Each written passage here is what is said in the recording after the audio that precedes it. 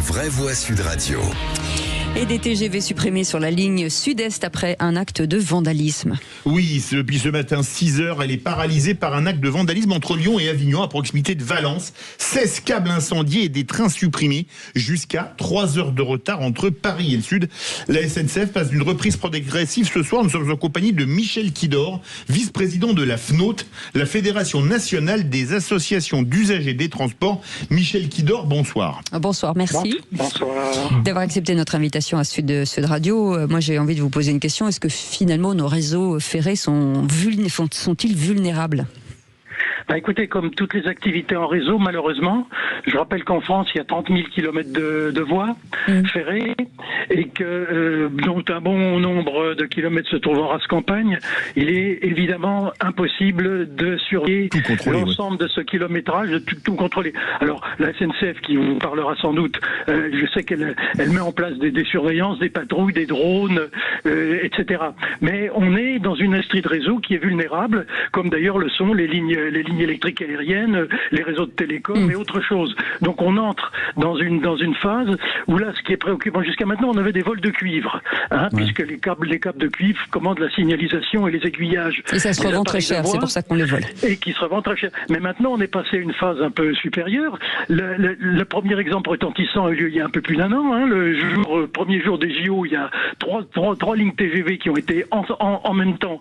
Et vous dites vandalisme, moi je dirais sabotage. Et là, on est quasiment dans la même dimension. Alors il se trouve que là, on a eu la conjugaison d'un vol de cuivre et un peu plus loin d'un acte de vandalisme, d'un acte de sabotage qui consiste non pas à voler les câbles, mais à les incendier, ce qui revient au même et ce qui oblige la SNCF à réparer. Seulement, effectivement, ça prend du temps. Et qui met en danger les passagers, bien entendu. Et puisque la sécurité est quand même la règle d'or de la SNCF, et là, évidemment, dès que c'est coupé, dès que ce type de moyen de communication est coupé, tout s'arrête. Donc on est là dans une phase où, ce qui montre bien la vulnérabilité des industries en réseau à partir d'un certain moment, et c'est pas la première fois que ça se produit. Est-ce qu'à votre avis, ça peut relever d'activités terroristes ? Écoutez, Monsieur Bilger, peut-être, mais moi je ne suis pas du ministère de l'Intérieur, donc je pense que c'est à qu'il faut poser la question. On est quand même sur des actes délibérés qui laissent à penser. On peut se poser la question, Jean-Michel Fauvergue. Il y a deux types de comportements. D'abord, le vol de matériaux, ça a été dit, et ça c'est pour faire beaucoup d'argent, parce que ça rapporte beaucoup. Et ensuite, il y a de plus en plus de groupuscules qui font effectivement des sabotages. Alors, on peut appeler ça du terrorisme, mais c'est des objectifs très précis, justement pour s'opposer à l'État. C'est-à-dire casser les réseaux de l'État, que ce soit les réseaux ferrés, que ce soit les réseaux téléphoniques, etc. C'est-à-dire des groupuscules qui prévoient des stratégies pour faire ça, et c'est sans doute ce qu'on a vécu là. Je serai très bref, mais mon esprit taquin me fait remarquer que ça coïncide avec une semaine de vacances, non ? Oui. Voilà. Alors, ça coïncide souvent avec un événement pour avoir un impact maximum. Là, vous avez vu une centaine de trains, une centaine de TGV qui sont calés, qui sont bloqués, et ce qui impacte en direct au moins 50 000 voyageurs, plus avec les gens qui sont en attente ou en correspondance. Une question, quand le conducteur du train, à quel moment il s'en rend compte ? Est-ce qu'il a le temps d'anticiper ? Comment ça se passe ? Oui, parce que dans les TGV, ils ont répétition de la signalisation en cabine. Donc dès qu'il y a quelque chose qui ne va pas, tout se met au rouge et ils s'arrêtent.